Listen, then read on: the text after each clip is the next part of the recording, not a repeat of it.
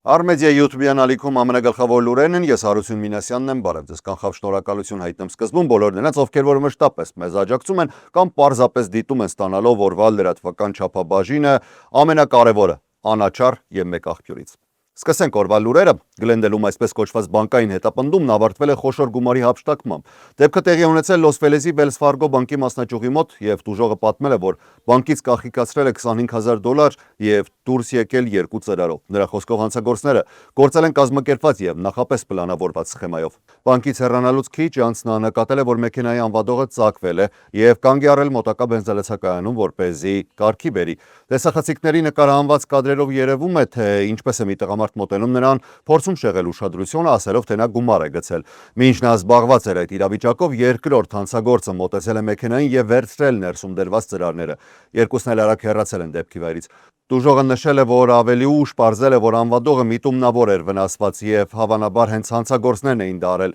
Ոստիկանությունը հետաքննում է դեպքը եւ ուսումնասիրում տեսագրությունները, որոնցում երևում է նաեւ կասկածյալների օգտագործած մեքենան, թղթե համարանիշներով SUV-ն։ Իրավապահները զգուշացնում են, որ bank jogging-ը տարածված մեթոդ է եւ կոչ են անում զգոն լինել, հատկապես բանկից դուրս գալուց հետո ուշադրություն դարձնել շրջապատին, քանի որ նման հանցագործությունները հաճախ տեղի են ունենում հենց այդ պահին։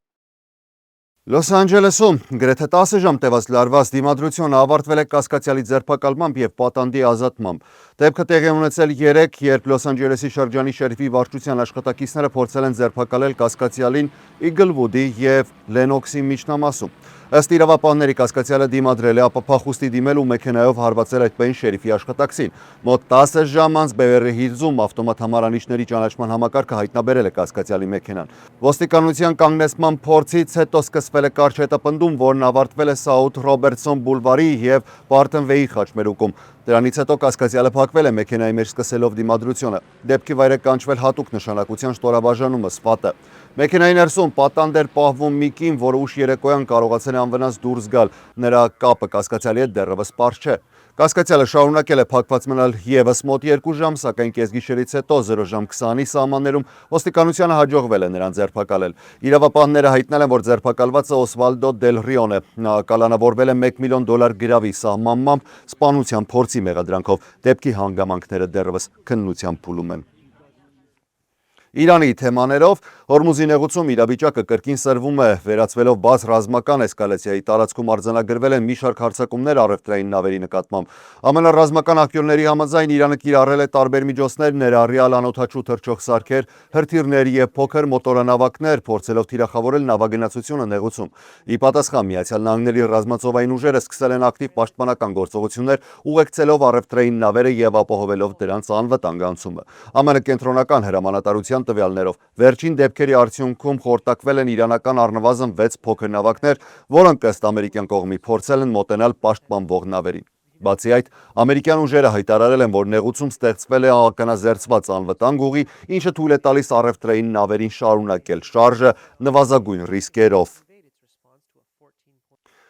Իրանական պետական հեռուստատեսությունը հայտարարել է, որ երկրի ռազմածովային ուժերը ստիպել են ամերիկյան ռազմանավին հետ շրջվել, թույլ չտալով մուտք գործել նեղուց։ Կիսապաշտոնական այսպես աղբյուրները նույնպես հաղորդում են, որ նավի ուղղությամբ հրթիռային հարվածներ են հասցվել, սակայն ԱՄՆ կենտրոնական հրամանատարությունը հերքել այդ տեղեկությունը։ Իրանական աղբյուրների համաձայն ամերիկյան նավի ուղղությամբ արձակվել է նախազգուշական կրակ նեղուց չթողնելու համար։ Հակասական տեղեկատվությանը հաջորդել է Դոնալդ Թրամփի հայտարարությունը, ըստ որի Վաշինգտոնն ակտիվ գործողություն է սկսել նեղուցում արգելափակված նավերը ազատելու նպատակով, դա ներկայացնելով որպես մարդասիրական քայլ։ Ի պատասխան Թեհրանը կոչ է արել առևտրային նավերին եւ նավթատարներին չշարժվել առանց իր ռազմական ուժերի հետ համաձայնեցման։ Վերջին տեղեկություններով Իրանն ուսումնասիրում է ԱՄՆ-ի արձագանքը իր ներկայացրած 14 կետանոց առաջարկին, որը փոխանցվել է Պակիստանի միջոցով, սակայն կողմերը դեռևս չեն հրապարակում մանրամասները։ Բաց է միայն տեղեկատվությունն այն մասին, որ Թեհրանն առաջարկում է նախ ավարտել պատերազմը եւ լուծել նավագնացության հարցը,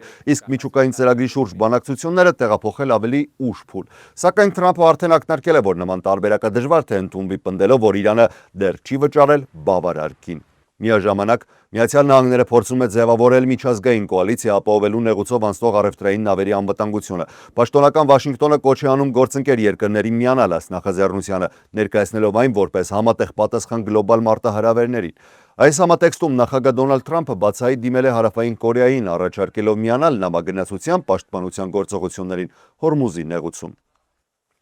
Իրանի արտաքին գործերի նախարարության խոսնակ Էսմայել Բաղային հայտարարել է, որ միջազգային հանրությունը չի ընդունում Միացյալ Նահանգների մարդասիրական հիմնավորումները եւ չի հավատում, որ պաշտոնական Վաշինգտոնը կարող է դուրս գալ իր իսկ ստեղծած ճգնաժամից, որը խնդիրներ է առաջացրել թե տարածաշրջանի, թե հենց Միացյալ Նահանգների եւ ողջ միջազգային հանրության համար։ Նրա խոսքով Միացյալ Նահանգները կրկնում է անցյալի սխալները եւ չի հասկացել, որ Իրանի հետ հարաբերություններում չի կարող կիրառել սպառնալիքների եւ ճնշման լեզու։ Նա ընդգծել է, որ մինչև փետրվարի վերջը Հորմուզի նեղուցը եղել է անվտանգ եւ կայուն նավագնացության ուղի, առանց լուրջ խնդիրների, սակայն այժմ, ըստ նրա, հենց Միացյալ Նահանգներն ու Իսրայելն են պատասխանատու այդ կարևոր ջրային ուղու ապակայունացման համար։ Իրանի ներկայացուցիչը կոչ է արել միջազգային հանրությանը պատասխանատվության ենթարկել Վաշինգտոնին եւ կանխել իրավիճակի հետագա սրումը, նշելով, որ ներկայիս լարվածությունն արդեն ունի գլոբալ հետևանքներ։ Նա նաեւ ընդգծել է, որ նավերի, սեփականատերերի եւ նավագնացության ընկերությունների համար անվտանգությունն ապահովելու միակ ճանապարհը Իրանի համապատասխան մարմինների հետ համագործակցելն է։ Անդրադառնալով միջուկային ծրագրի շուրջ շրջանառվող տեղեկություններին, նա նշել է, որ այդ հարցն այս պահին քննարկման առարկա չէ եւ կրում է ենթադրությունների բնույթ։ Իրանի դիրքորոշմամբ այժմ առաջնային նպատակը պատերազմի լիակատար ավարտն է։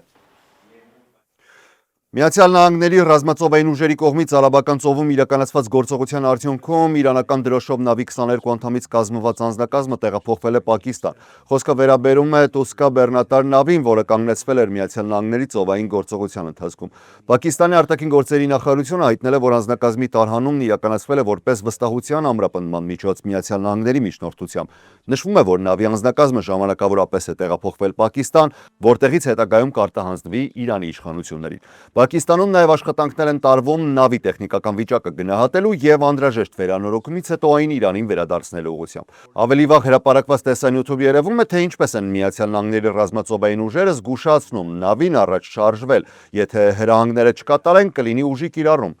Ապա մի քանի նախազգուշացում է հետևում եւ անցնում են արդեն նավի գրավման գործողությանը։ Ամենայն հավանականությամբ վաղը նոր էսկալացիա է սպասվում։ ԱՄՆ կենտրոնական հրամանատարության տվյալներով նավի անցումները կազմակերպելու եւ գործողությանը ներգրավելու են հրթիռային ռազմանավեր, ավելի քան 100 ռազմական օդանավ, շուրջ 15000 զինծառայող։ Ամերիկյան աղբյուրները նշում են, որ նախաձեռնությունը պաշտոնապես չի համարվում ուղեկցման առաքելություն, սակայն Իրանի բարձրաստիճան պաշտոնյաները զգուշացրել են, որ այն կարող է դիտարկվել որպես հրադադարի խախտում։ Վաղն առավոտյան պատերազմի նախարար Փիթ Հեքսեթը եւ Զինված ուժերի Միացյալ շտաբների ղեկավար Դեն Քեյնը հանդես կգան մամուլի ասուլիսով, ներկայացնելով մանրամասները։ Նոր ռազմական էսկալացիային կարող է նպաստել նաեւ այն փաստը, որ Իրանը անօդաչու է արձակել Արաբական Միացյալ Էմիրությունների ուղղությամբ։ Անօդաչուն հարվածել է նավթային կարևոր օբյեկտի, առաջացնելով հրդեհ։ Տեղական իշխանությունների տվյալներով միջադեպի հետևանքով կան վիրավորներ, որոնցից մի քանիսը տեղափոխվել են հիվանդանոց։ Արաբական Միացյալ Էմիրությունների օդային տարածքը ժամանակավորապես գրեթե դատարկ է մնացել ավիացիոն թռիչքների կտրուկ կրճատման եւ ազդանշանների պատճառով, որոնք զգուշացրել են հնարավոր նոր հարձակումների մասին։ Այս զարգացումների ֆոնին Իսրայելը հայտարարել է, որ գտնվում է բարձր պատրաստվածության վիճակում։ Իսրայելի բանակը հետևում է իրավիճակին ու պատրաստ է ցանկացած սցենարի, ասված է բանակի հայտարարությունում։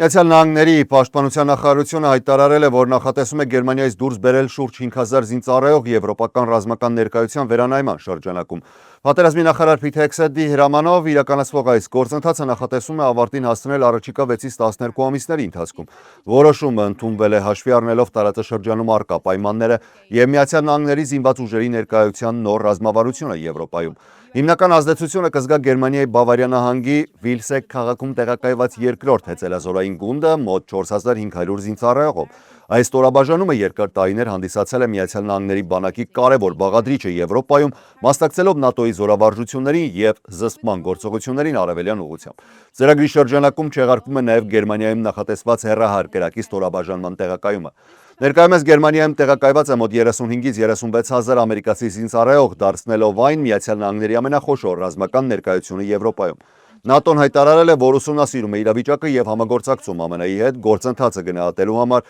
մինչդեռ գերմանական կողմը նշել է, որ այս որոշումը կանխատեսելի էր եւ ընդգծել է Եվրոպայի սեփական պաշտպանական կարողությունները ուժեղացնելու անհրաժեշտությունը։ Գերմանիայի պաշտպանության նախարար Բորիս Պիստորիուսը հայտարարել է, որ Միացյալ Նահանգների զորքերի կրճատումը Եվրոպայում չի վտանգում ՆԱՏՕ-ի զսպման կարողությունները։ Նրա խոսքով դաշինքը կարող է պահպանել իր ուժը համատեղ ջանքերի եւ հարմարվողականության միջոցով։ Նա ընդգծել է, որ եվրոպական երկրները պետք է արագացնեն սեփական ռազմական կարողությունների զարգացումը, միաժամանակ պահպանելով սերտ համագործակցությունը ԱՄՆ-ի հետ։ Պիստորիուսի գնահատմամբ ներկայիս իրավիճակը պետք է դիտարկել որպես ազդակ ավելի արագ եւ արդյունավետ կերպով ամրապնդելու Եվրոպայի պաշտպանական ներուժը։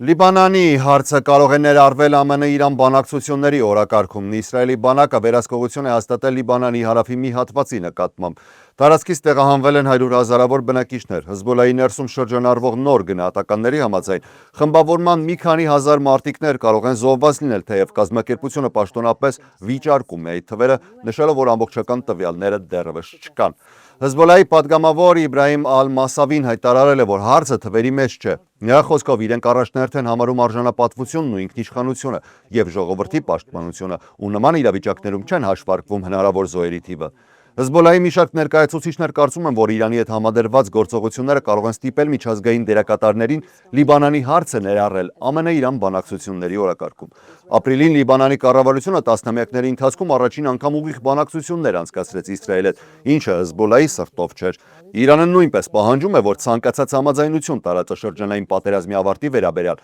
ներառի նաև Հզբոլայի հարցը, սակայն պաշտոնական Վաշինգտոնը ազդակներ է տալիս, որ Լիբանանի թեման կարող է եւ չներառվել վերջնական համաձայնության մեջ։ Ներամերիկյան թեմաներով Օքլահոմայում տեղի ունեցած զանգվածային հրաձգության արդյունքում առնվազն 23 մարդ է տուժել։ Միացյալ Նահանգների արևմտյան նահանգներում անտառային հրդեհների դեմ պայքարում սկսվել է նոր փուլ, որտեղ առանցքային դեր է ստանձնում արհեստական բանականությունը։ Արիզոնայում արհեստական բանականությամբ աշխատող տեսախցիկը հայտնաբերել է ծուխ անտառային տարածքում, ինչն էլ օգնել է կանխել հրդեհի տարածումը, այն սահմանափակելով ընդամենը մի քանի հեկտարի վրա։ Նման համակարգերը ակտիվորեն ներդրվում են տարբեր նահանգներում, հատկապես այն վայրերում, որտեղ մարդկային վերահսկողությունը սահմանափակ է։ Օրինակ Արիզոնայում արդեն գործում են տասնյակ նման տեսախցիկներ, իսկ Կալիֆոռնիայում ստեղծվել է լայն ցանց հարյուրավոր սարքերով, որոնք մշտապես վերահսկում են տարածքները։ Մասնագետների գնահատմամբ արհեստական բանականությունը հաճախ ավելի արագ է արձագանքում, քան արտակարգ ծառայություններին ուղղված զանգերը։ Օգտագործվում է բարձր որակի տեսախցիկներ, արբանյակային տվյալներ եւ վերլուծական ալգորիթմեր ծխի կամ կրակի նշաններ հայտնաբերելու համար։ Այս ամենը թույլ է տալիս հրշեջներին արագ արձագանքել ու կանխել խոշոր աղետները, սակայն համակարգը նաև ունի սահմանափակումներ։ Այն կարող է սխալ ազդանշաններ անգամ տալ, իսկ վերջնական որոշումները, ինչպես եւ երբ արձագանքել, շարունակում են ընդունվել մարդկանց կողմից։ Մասնագետները նշում են, որ կլիմայական փոփոխությունների պատճառով հրդեհները դառնում են ավելի հաճախակի եւ վտանգավոր, ու նման տեխնոլոգիաները կարող են կարևոր դեր խաղալ մարդկանց եւ ենթակառուցվածքների պաշտպանության գործում։ Ընդհանուր առմամբ արհեստական բանականության կիրառումը հրդեհների դեմ պայքարում այլևս տեսական չէ։ Այն արդեն իրականում օգտագործվում է եւ, ինչպես ակնկալվում է, առաջիկա տարիներին ավելի լայն տարածում կստանա։